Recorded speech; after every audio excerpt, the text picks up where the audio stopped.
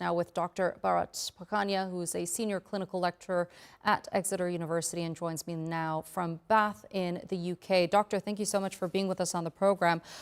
Give me a rundown of everything we know and need to know about the Nipah virus and how worried we should be.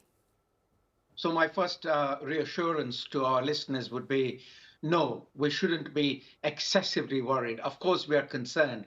So this is a virus spread from fruit bats to animals to humans.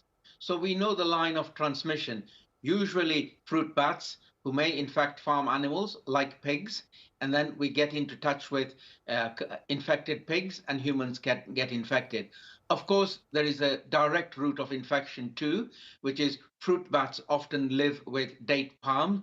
And so if you are consuming half-eaten food, contaminated fruit, contaminated date palm sap, then that's a route for entry. It is not airborne. So to get infected, you've got to be in real close proximity to, for example, an infected person or infected food. So given that it isn't an airborne disease, because the COVID-19 pandemic was an experience that many of us will never forget. So given that it isn't an airborne disease, we shouldn't expect this to turn into a virus as damaging as COVID-19, right? Absolutely. Yes, indeed, because there isn't the potential to cause an explosive outbreak of infections, which then is going to cause more and more infections. This isn't like COVID, no. And of course, precautionary measures are always welcomed and recommended to minimize contracting the virus. What should people be doing on a day-to-day basis to keep the germs away? So this virus is found in fruit bats. So for countries where fruit bats live, you may have a concern.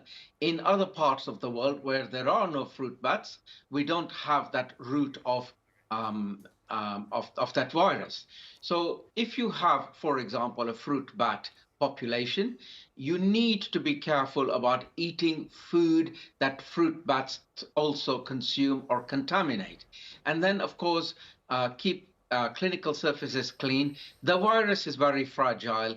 It is killed off by soap and water. It's killed off by alcohol gel. It's killed off by ultraviolet light. So it's pretty fragile.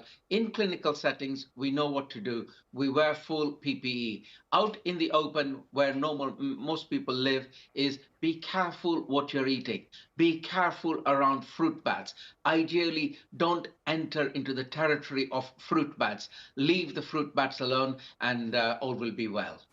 Okay, Dr. Bharat Pakania, thank you so much for being with us here on TRT World and sharing that insight with us.